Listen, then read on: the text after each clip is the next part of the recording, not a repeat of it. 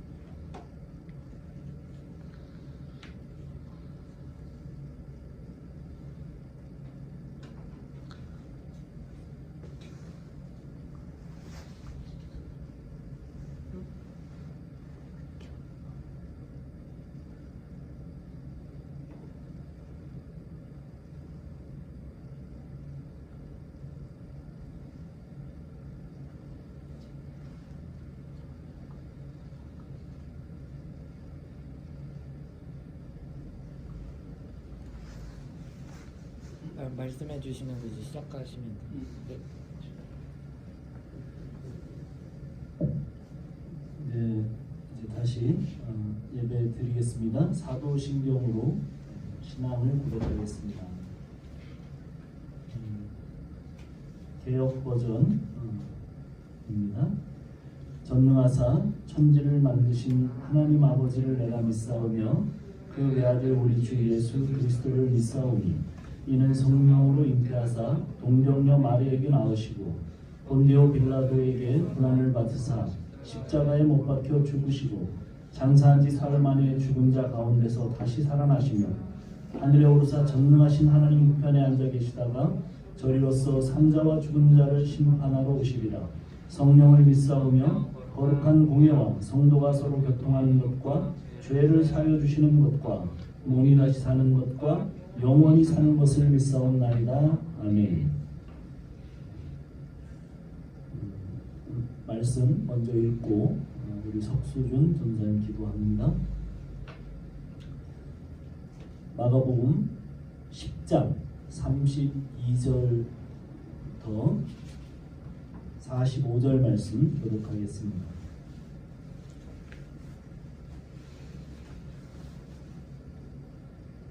예루살렘으로 올라가는 길에 예수께서 그들 앞에 서서 가시는데 그들이 놀라고 따르는 자들은 두려워하더라. 이에 다시 12제자를 데리시고 자기가 당할 일을 말씀하여 이르시되 우리가 예루살렘에 올라가노니 그들이 죽이기로 결의하고 이방인들에게 넘겨주겠고 그들은 능욕하며 침뱉으며 채찍질하고 죽일 것이니 그는 3일 만에 살아나리라 하시니라. 세베의 아들 야고보와 요한이 주께 나와 여짜오되 선생님이여 무엇이든지 우리가 구하는 바를 우리에게 하여 주시기를 원하옵나이다. 이르시되 너에게 무엇을 하여 주기를 원하느냐? 여짜오되 주의 영광 중에서 우리를 하나는 주의 우편에 하나는 좌편에 앉게 하여 주옵소서. 예수께서 이르시되 너희는 너희가 구하는 것을 알지 못하는도다. 내가 마시는 잔을 너희가 마실 수 있으며 내가 받는 세례를 너희가 받을 수 있느냐? 그들이 말하되 할 수 있나이다. 예수께서 이르시되 너희는 내가 마시는 잔을 마시며 내가 받는 침례를 받으려니와 내 좌우편에 앉는 것은 내가 줄 것이 아니라 누구를 위하여 준비되었든지 그들이 얻을 것이니라. 제자가 듣고 야고보와 요한에 대하여 화를 내거늘 예수께서 불러다가 이르시되 이방인의 집권자들이 그들을 임의로 주관하고 그 고관들이 그들에게 권세를 부리는 줄을 너희가 알거니와 너희 중에는 그렇지 않으시니 너희 중에 누구든지 크고자 하는 자는 너희를 섬기는 자가 되고 너희 중에 누구든지 으뜸이 되고자 하는 자는 모든 사람의 종이 되어야 하리라. 인자가 온 것은 섬김을 받으려 함이 아니라 도리어 섬기려 하고 자기 목숨을 많은 사람의 대속물로 주려 함이니라. 아멘.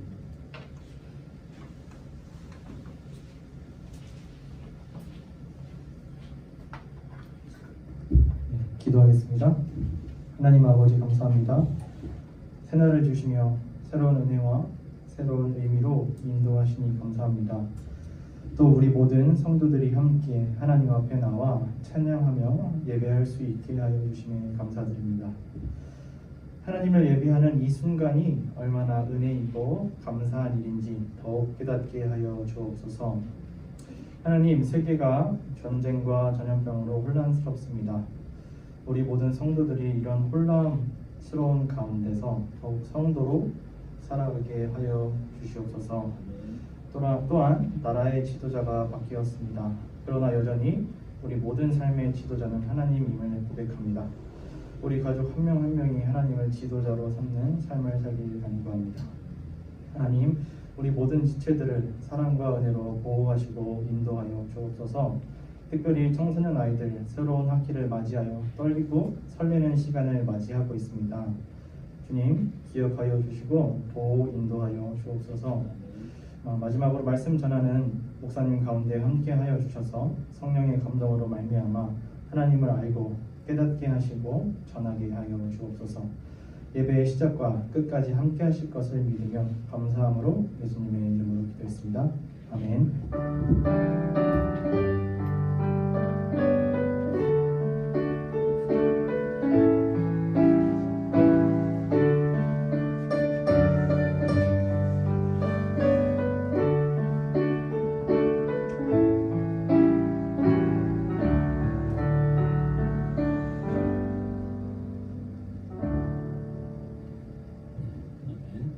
우리 앞에 옆 사람하고 인사합시다. 네, 하늘 복 받으세요. 네. 성경자매가 무사히 이렇게 살아서 돌아왔습니다. 네. 또 몇몇 사람이 코로나에 걸렸다고 그래요. 자가 격리 중이고 또 가족이 걸려서 또 오늘 예배 참석하지 못한 형제도 있습니다. 위에서 같이 기도하고 그들이 걸렸지만 또 속히 쾌유되도록 기도를 부탁드립니다. 오늘 말씀은 32절 같이 한번 읽어보겠습니다. 오늘 우리가 읽은 본문 32절, 복음 10장 32절 같이 한번 읽어봅니다. 시작.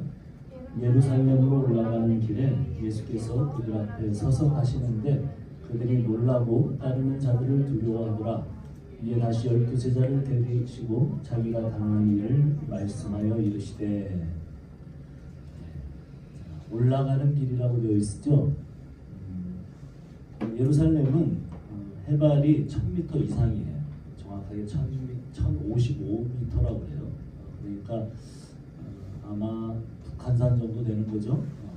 그런 정도의 고지에 있어요. 그래서 항상 성경에도 보면 예루살렘으로 올라간다 이렇게 돼 있어요. 지금 여리고쯤에 계시는데 올라가는 길이죠.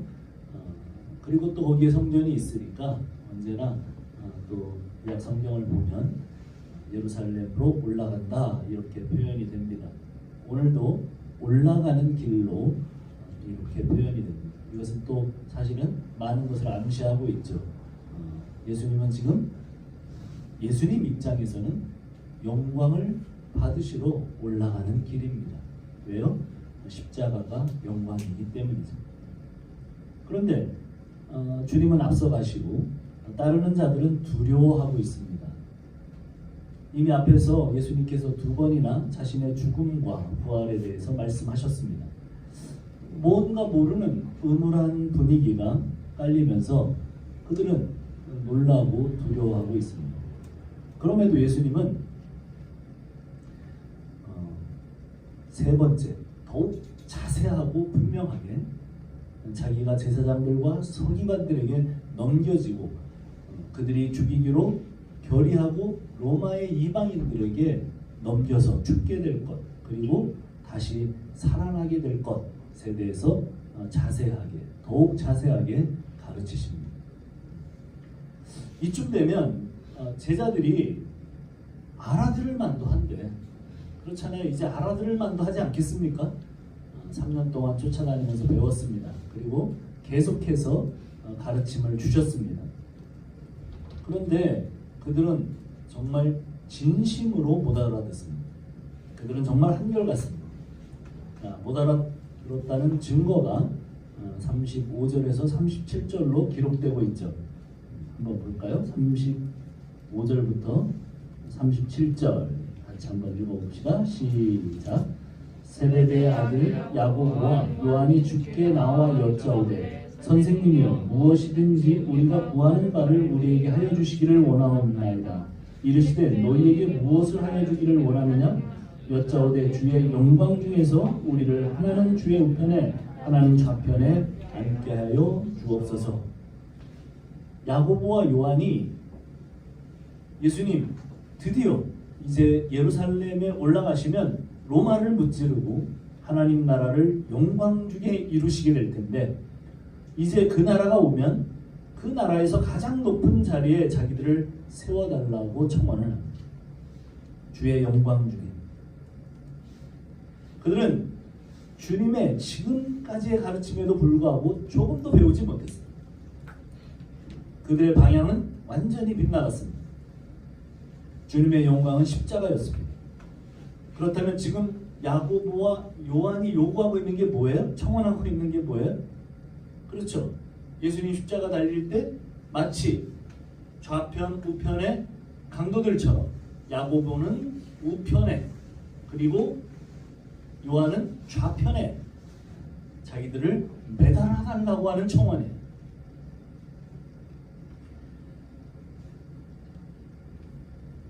그래서 예수님 말씀하십니다. 너희는 내가 마시는 잔, 즉 바로 이 길 예루살렘으로 올라가는 마지막 여정의 끝에 닥칠 십자가, 고난과 죽음, 그리고 세례는 예수님이 죄인들과 연합하여 이들이 받을 그 심판을 감당할 고난을 말하죠.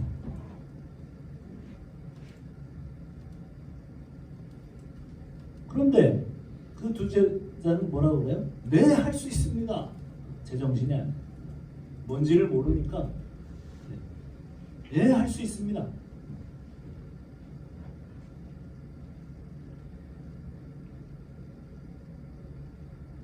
그런데 놀라운 것은 예수님의 말씀입니다.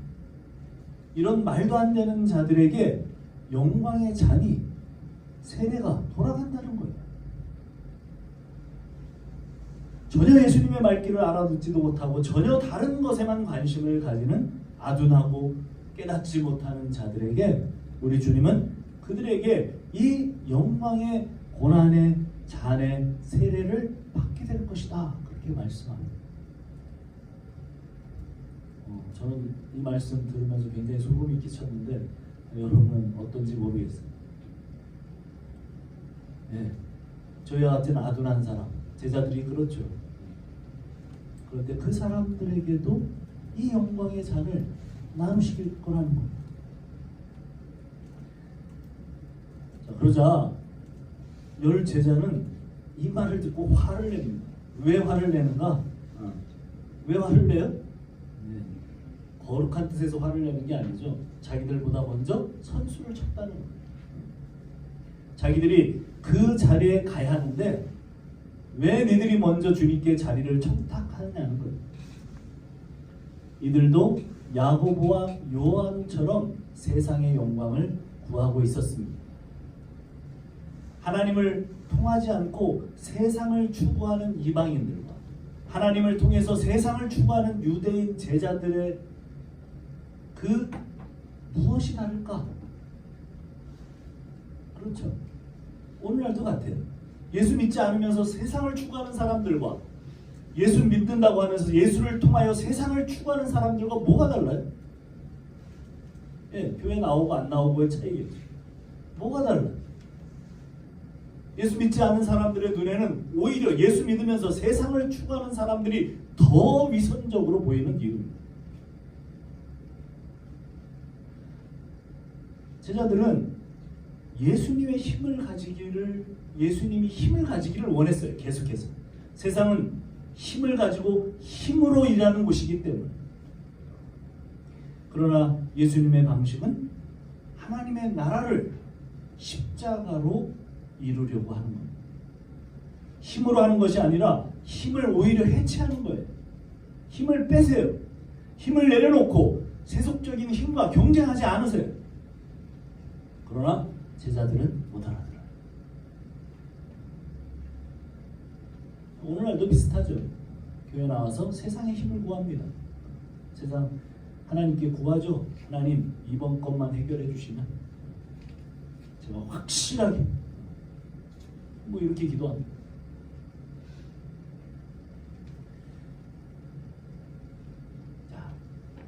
자, 42절로 한번 가보세요.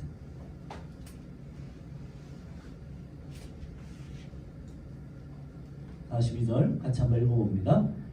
시작.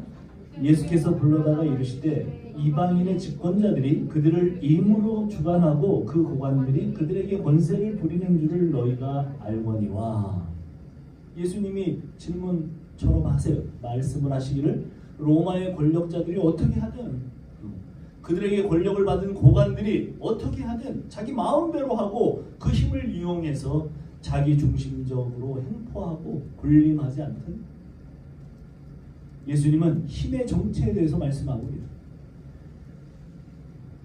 팍스 로마나 로마의 평화는 군대의 힘과 재력으로 가지고 온 것입니다. 강한 군사적 힘으로 다른 나라를 침략하고 모든 것을 빼앗은 다음 로마 시민들에게 그 빼앗은 것을 나누어 주고 얻은 힘의 평화입니다. 그래서 다른 나라를 침략해서 승리했다는 것이 그들에게는 기쁜 소식이고 복음이에요. 우리가 쓰는 복음이라는 단어가 거기서 왔어요. 요한계열 그 단어가 거기서 왔어요.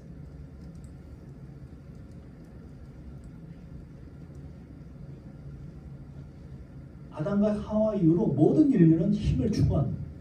아담과 하와 때만 하나님이 힘이었어요. 그들이 죄가 없이 탄생했을 때, 하나님이 만드셨을 때 그들의 유일한 힘은 하나님이셨어요.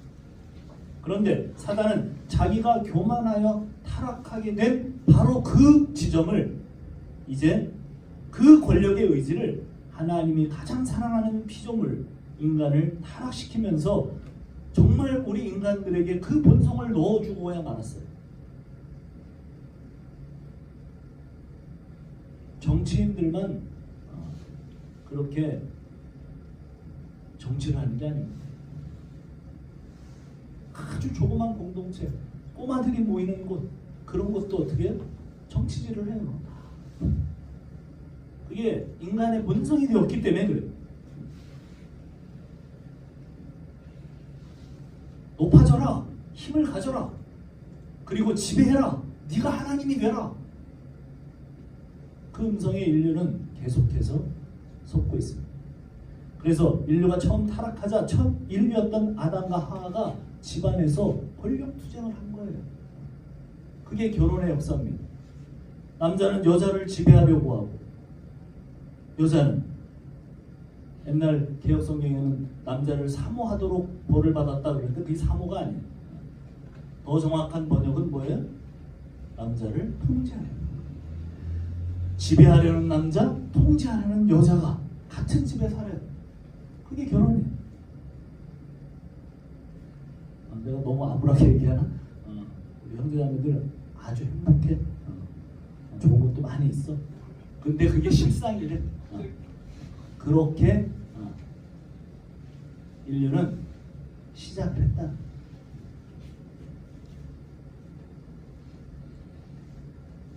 제자들이 살던 시대에 유대가 고통을 받는 이유가 뭐예요? 로마의 힘으로 지배하는 세상 원리가 들어왔기 때문이죠. 로마가 힘으로 군림하고 있어서요. 세상의 권세자들이 위에서 군림을 하죠. 인간은 권력지향적입니다. 선악과 이후로 모든 그 권력 의지가 모든 사람들에게 탑재됐습니다. 권력은 매력적이에요. 절대 권력은 절대 타락합니다. 권력이 사람을 변질시킵니다. 타락한 본성이 그렇게 만들죠. 권력은 그 자리를 탐하게 합니다. 아주 영성 있는 목사님들도 막 마지막에 총회장 선거할 때 보면 여기가 세상인가 교회인가 그런 생각이 들 정도예요. 많은 유혹들을 다 물리치고 아주 영성 있게 그 자리까지 가신 분들이 서로를 질타하면서 세상보다 못한 그런 선거를 치를 때 보면 그런 생각이 들어요. 역사의 왕들이 그랬고 히틀러가 그랬습니다. 오늘날 지금 푸틴을 푸틀러라고 그러던데 푸틴은 자기 권력을 공고히 하기 위해서 정말 무자비하게 우크라이나 사람들을 살해하고 있습니다. 모든 독재자들이 그렇듯 그 권력이 끝나기 전까지는 그런 미친 짓을 그만두지 않을 거예요. 언제 전쟁이 끝나나 그런 얘기들 하더라고요. 정말 막아야 되지 않나? 왜 서방은 그것을 금지시키지 않는가? 미국은 왜 가만히 있는가? 이렇게 얘기하는데 푸틴은 어쨌든 간에 끝까지 자기 목표가 완성될 때까지 아마 밀어붙일 거예요. 많은 사람들이 죽을 거예요. 왜 그래요? 권력이지. 그렇지 않으면 결국은 자기 자리마저 위태롭다는 것을 그 독재자 푸틴이 알기 때문에, 권력은 매력적이기 때문에 그 자리를 탐하는 자들에게 둘러싸여 있습니다. 야고보와 요한 역시 권력 지향적이죠. 이들은 지금껏 주님께서 가르쳐 주신 길과 반대의 길을 갑니다. 예수님과 얼마나 거리가 먼지 몰라요. 가까이 계속 있었지만 정말 거리가 멉니다. 열제자들도 화를 내죠. 높아지기를 원하는 사람들 사이에는 항상 긴장과 암투가 있어요. 왜냐? 그렇죠. 자리는 한정되어 있고 그 자리를 차지하려는 사람들은 많아요. 그 갈등 구조가 계속되어져. 43절, 44절 가봅시다. 43절, 44절 시작. 너희 중에서는 그렇지 않을지니 너희 중에 누구든지 크고자 하는 자는 너희를 섬기는 자가 되고 너희 중에 누구든지 으뜸이 되고자 하는 자는 모든 사람의 종이 되어야 하리라. 제자도의 중심에는 십자가가 있고 십자가는 자기 부인입니다. 자기를 포기하는 것입니다. 십자가는 자기를 내려놓는 자리입니다. 크고자 하는 것이 아니라 섬기는 자가 되고 으뜸이 되고자 하는 것이 아니라 노예가 되는 겁니다. 성경은 이렇게 얘기합니다. 사단은 자기가 하나님과 같이 되려고 자기를 무별같이 높여서 스타가 됐습니다.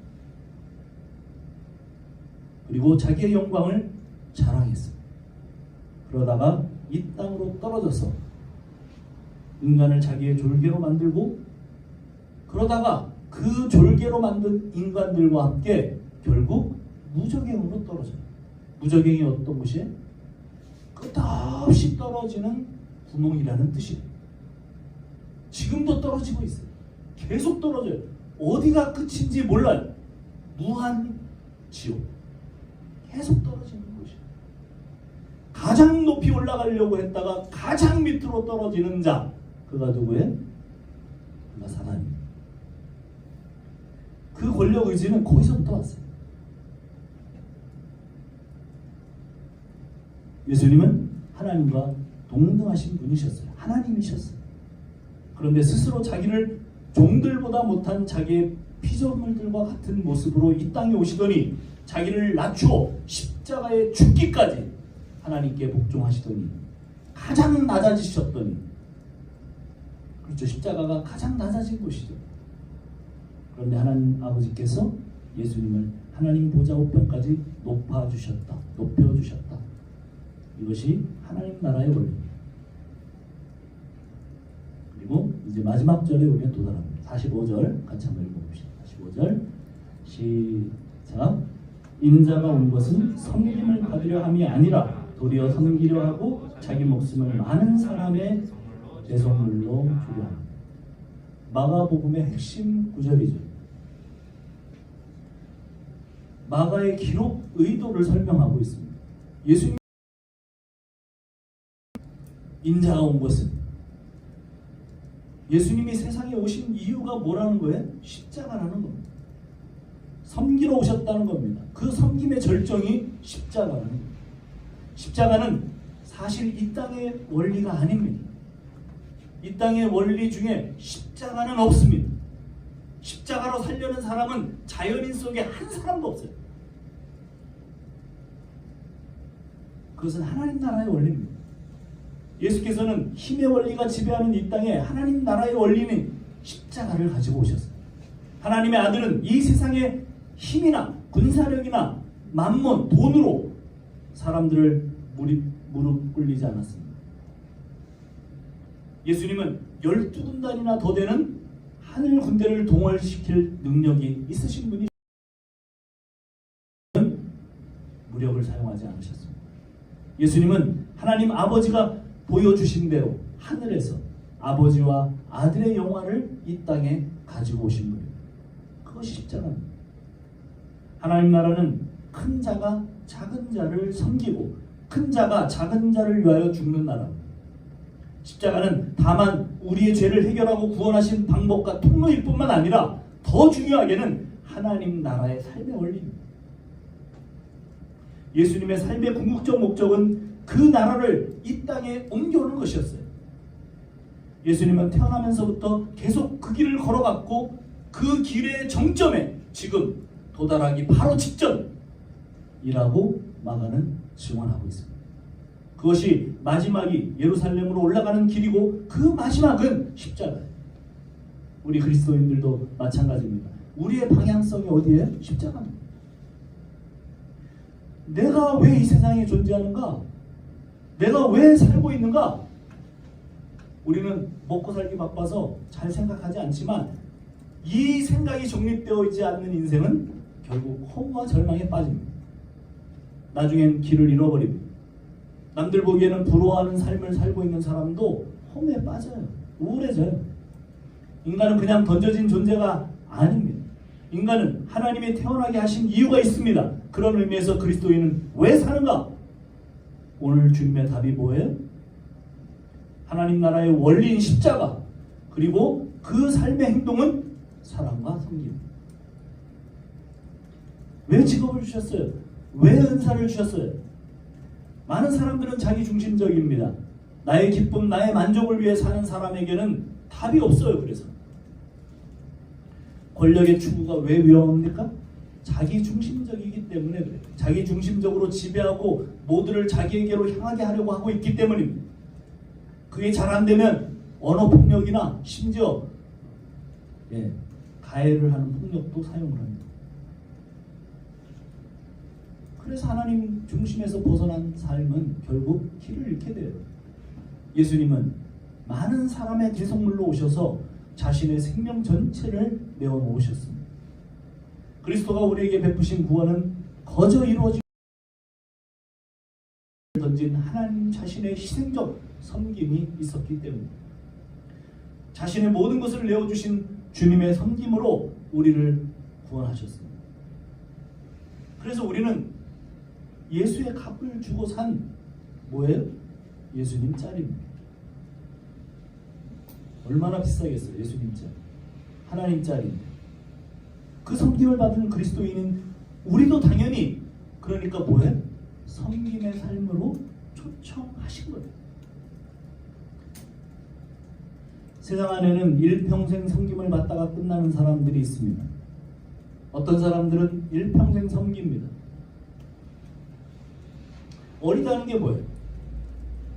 제 손녀 라엘을 보면 아주 소비적인 인생이에요. 늘 섬김을 받아야 되죠.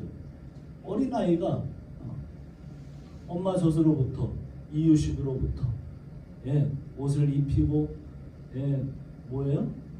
똥 싸고 오줌 싸면 그것을 갈아주고 일일이 섬김을 받습니다. 옷을 입는 것도 양말을 신는 것도 지극한 돌봄을 통해서 자라죠. 성장하면 달라지죠. 지금은 손발도 자기가 씻고 옷도 자기가 갈아입고 양말도 자기가 신고 신발도 자기가 신어요. 조금 더 어릴 때는 엄마를 돕는다고 빨래를 와서 개요. 그럼 어떻게 됩니까? 개집니까? 예, 안 깨지죠. 엄마가 개는 것까지 다 흩트러. 전혀 도움이 안 돼. 그러나 도우려고 하는 마음은 있었겠죠. 그러나 지금은 5살짜리지만 빨래를 개서 자기 옷을 자기 옷장에다 집어넣습니다. 자기 일을 할 뿐만 아니라 엄마를 돕는 수준까지 발전했습니다.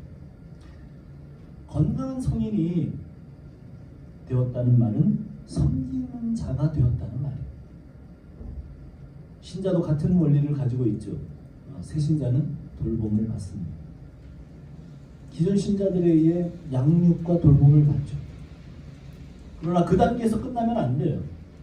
나도 누군가에게 베푸는 사람이 되어야 돼요. 섬기는 사람이 되어야 돼요. 우리나라에는 사회적 통념으로 적어도 30이 넘으면 도움을 주는 쪽으로 이동을 해야 됩니다. 지금 커트라인에 걸려있는 사람들이 있는데 그렇죠. 우리나라는 훨씬 더 시간을 많이 주죠. 서양이나 미국 같은 데는 보니까 20이면 그냥 이렇게 집에서 빠이빠이 하더라고요. 근데 우리 한국은 한 30까지는 돌봄을 받아요. 예수님도 30살에 공생애를 시작하셨어요.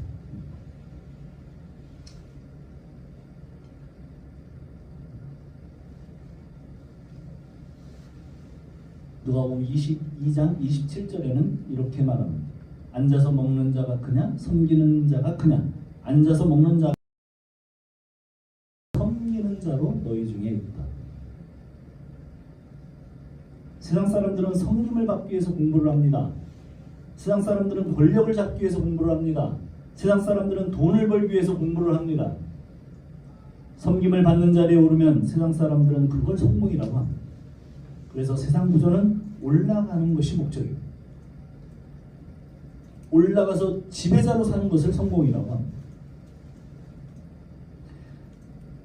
열심히 섬기는데 알고 보면 섬김을 받기 위해서죠.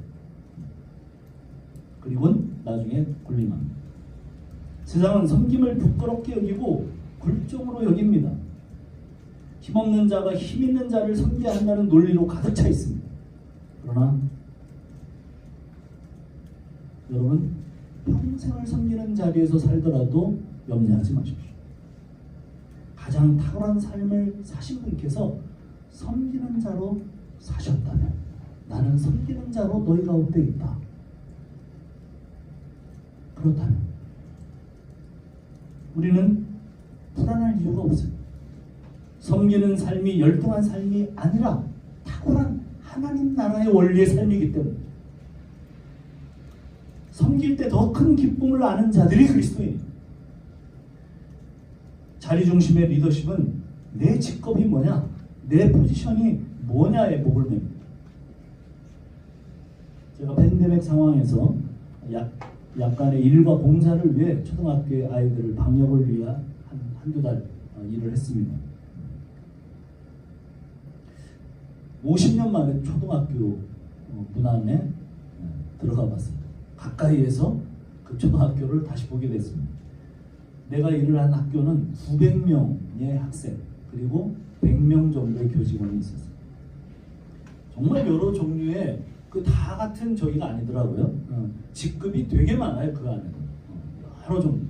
정식 임용된 교사들 그리고 계약직 교사들, 행정직원, 교무직원, 주무관, 영양사, 보건사, 전담 선생님들 뭐 하여간 여러 종류의 직종들이 모여있고 무기계약직 직원들, 조리사, 학교지킴이, 보안관, 그 다음에 뭐 청결 관리자 그리고 그것을 다 총괄하시는 교장과 교감.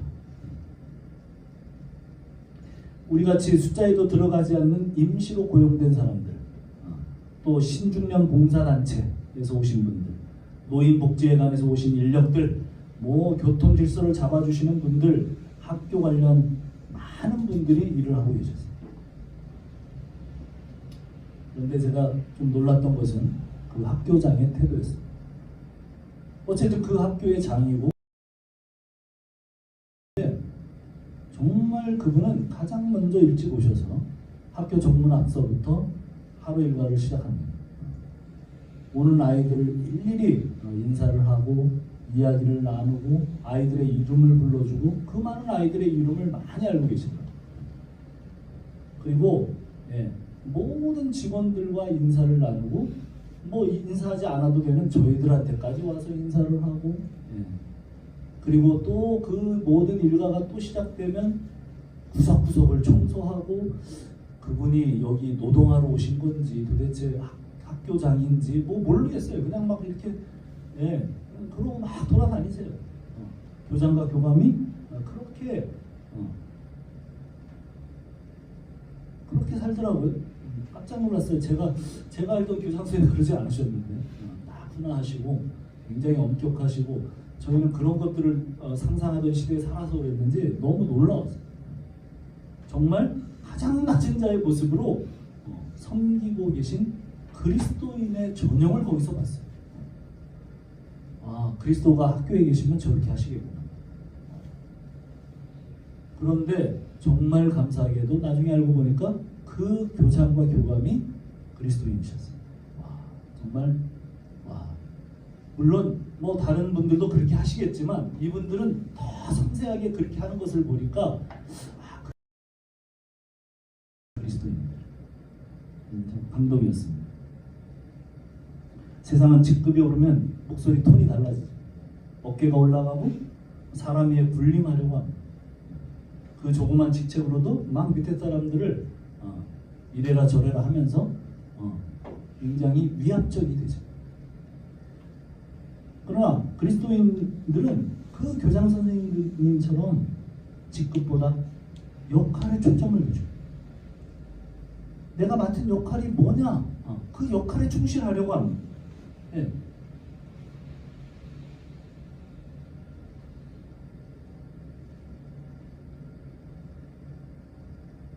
자리를 중요하게 여기는 사람들은 사람들을 동원해서 자신의 목표를 이루려고 하는 군림형입니다.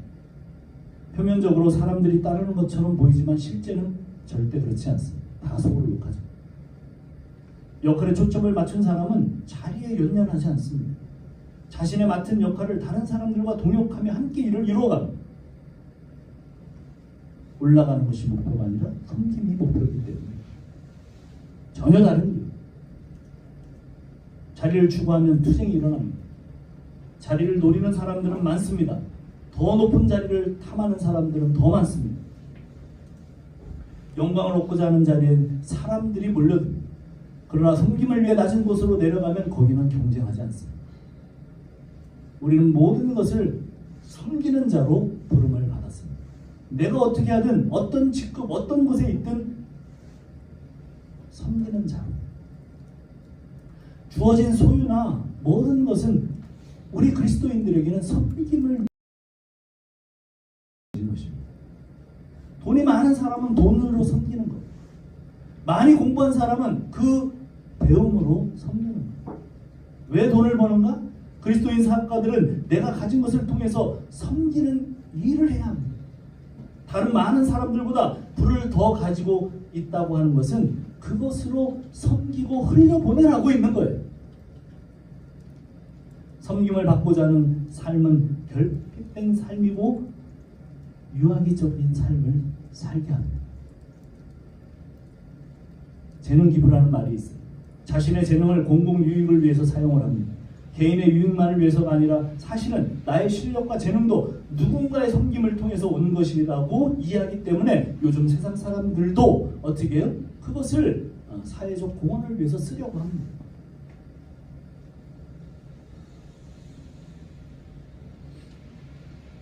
그런데는 지쳐 있어요. 왜 그래요? 현대사회는 극심한 노동을 모두가 요구받고 있기 때문에 그렇죠. 경쟁 속에 있는 사람들은 누군가를 섬긴다는 것은 엄두도 못 내요. 사실.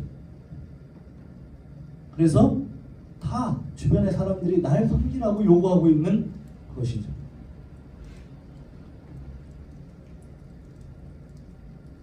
이런 시대를 소비주의 시대라고 합니다. 너의 행복을 위해 소비하라. 현대인들에게는 예배가 뭐냐면 쇼핑입니다. 나를 섬기면 섬길수록, 자기를 위해 살면 살수록 더 공허해지고 더 목마른데도 사람들은 그렇게 합니다. 그리스도인들은 나를 위한 소비로 힘을 얻는 것이 아니라 우리의 에너지는 하나님으로부터 옵니다. 무엇보다도 이웃을 섬길수록 질 높은 에너지, 질 높은 기쁨을 얻게 됩니다. 섬김의 자리로 내려갈 때 하나님 은밀히 숨겨놓은 비밀들이 있습니다. 만성적 불안증에 시달리는 현대인들에게 해답은 십자가요, 사실은 섬김입니다. 자, 많은 사람들의 대속물로 주려. 대속물이 뭐예요? 몸값이. 노예를 자유하게 하려면 그 몸값을 누군가에 지불해 줘야 하는데 이것이 바로 구원입니다. 우리를 죄로부터 자유케 하기 위해서 예수님이 몸값을 지불하신 사건, 그것이 십자가입니다. 엄청난 값이죠. 우리 편에서는 공짜지만 그리스도께서는 어마어마한 대가를 지불하셨어요. 그리스도의 섬김은 너무나 어마어마해서 제가 지금까지 설명한 것처럼 우리에게 전가가 됩니다. 십자가는 사실은 싸늘한 교리가 아니에요. 그리스도가 하나님이 당신의 전부를 던진 사건이라는, 그래서 이 사건이 자기에게 이루어진 사람이 어떻게 가만히 삽니까? 섬김을 받고 난 사람은, 그 섬김을 받고 난 사람은 가만히 살 수가 없다고 성경은 가르칩니다.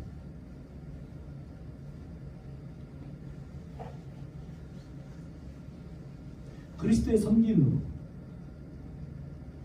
그 섬김의 목표는 구원이었습니다. 마찬가지로 우리의 섬김의 목표는 무엇이냐면 그 사람들의 구원을 얻게 하는 것. 그것이 우리의 섬김의 목표입니다. 우리를 죄로부터 구원하기 위해서 오신 그리스도의 목적을 따라 우리도 마찬가지로 그리스도인들이 하는 착한 일들을 통해 예수를 믿는 쪽으로 구원이 일어나도록 섬김과 그 복음이 함께 가야 한다는 겁니다. 남들이 알아주든 알아주지 않든 묵묵히 그 길을 살면 복음이 전해질 것입니다. 사람 위에 군림하려 하면 할수록 어떻게 해요? 자세를 낮추면 일이 벌어집니다. 어려운 이웃들이 너무 많아요, 지금 팬데믹 상황에서. 그리고 더 개인화됐어요, 사람들이. 그 기간 동안 너무나 많은 단절을 경험하고 그러고 살고 있어요. 우리가 이 세상에서 높아지고 많은 소유를 가지는 것이 성공이 아니라는 것입니다. 진정한 성공은 섬기는 자로 사는 것입니다. 얼마 전에 우리 교회 한 자매가 제게 질문을 했어요.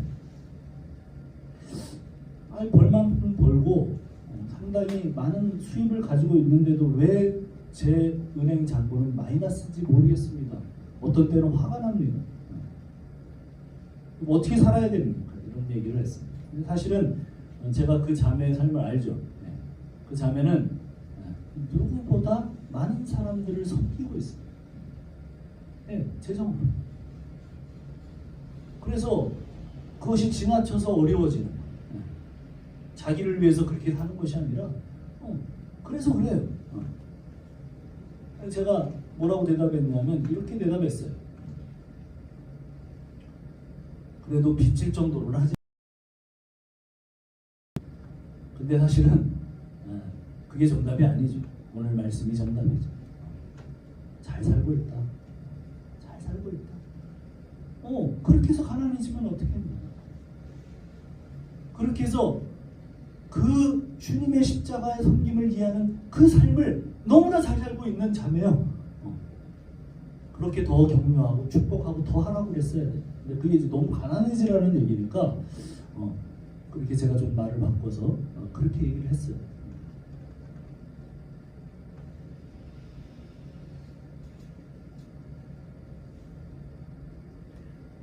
정말 잘 살고 있는 거죠. 그리스도인으로 살고 있는 표징이죠. 우리가 어떤 상황의 자리에 있든지 주님은 섬김의 기회로 바꾸라고 말씀하십니다.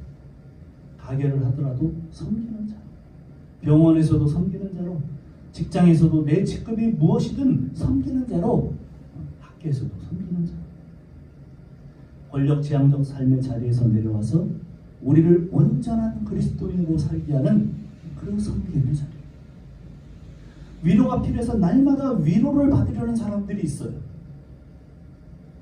그러나 절대 채워지지 않습니다. 단언컨대 그런 삶의 자세는 절대 위로를 경험하지 못해요. 어떻게 해야 됩니까?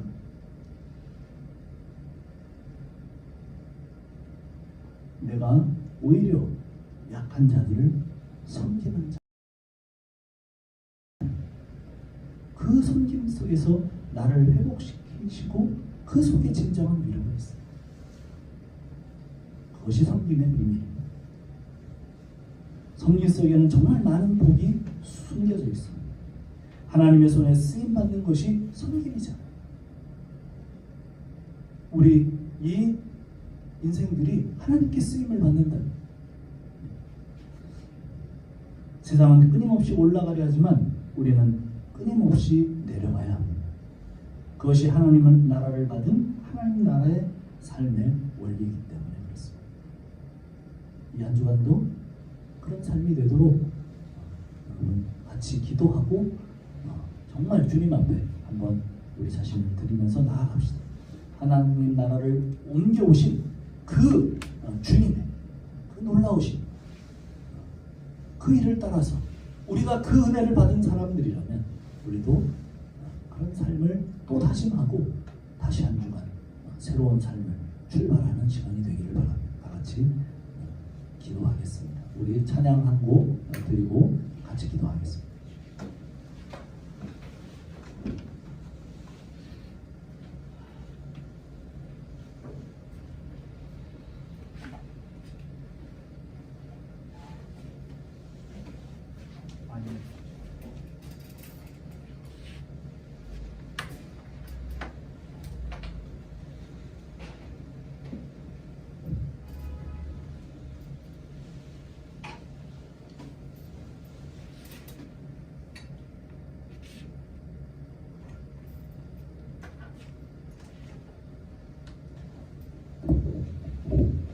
만유의 주제 함께 찬양하겠습니다.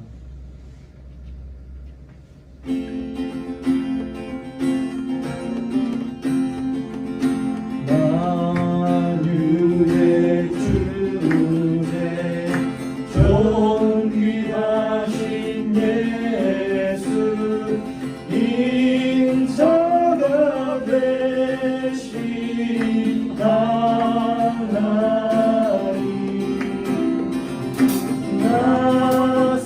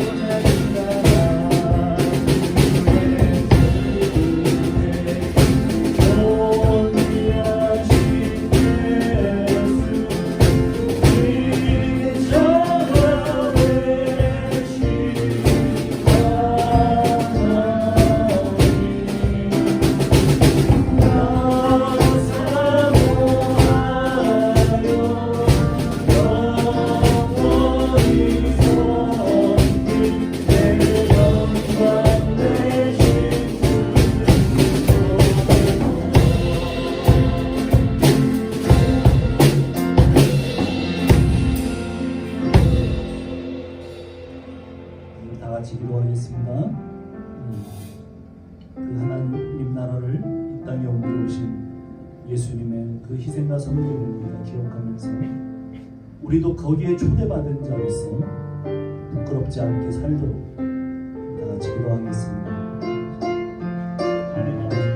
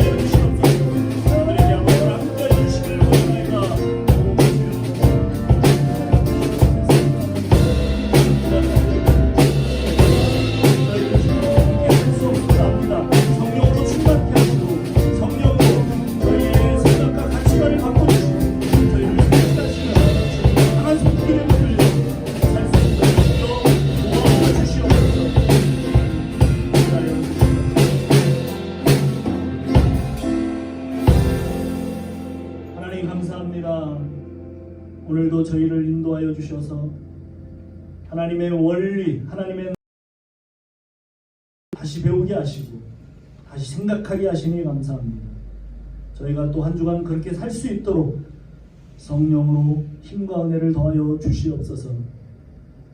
이제는 우리 구주 예수 그리스도의 그 희생하신 사랑과 섬김과 하나님의 극진하시고 한량없는 보호하심과 사랑과 성령의 감동, 감화, 교통하시는 은혜가 이제 주님의 섬김에 초대받은 자로 살기를 원하는 우리 가족 머리 위에 영원토록 함께 하실지어다. 아멘.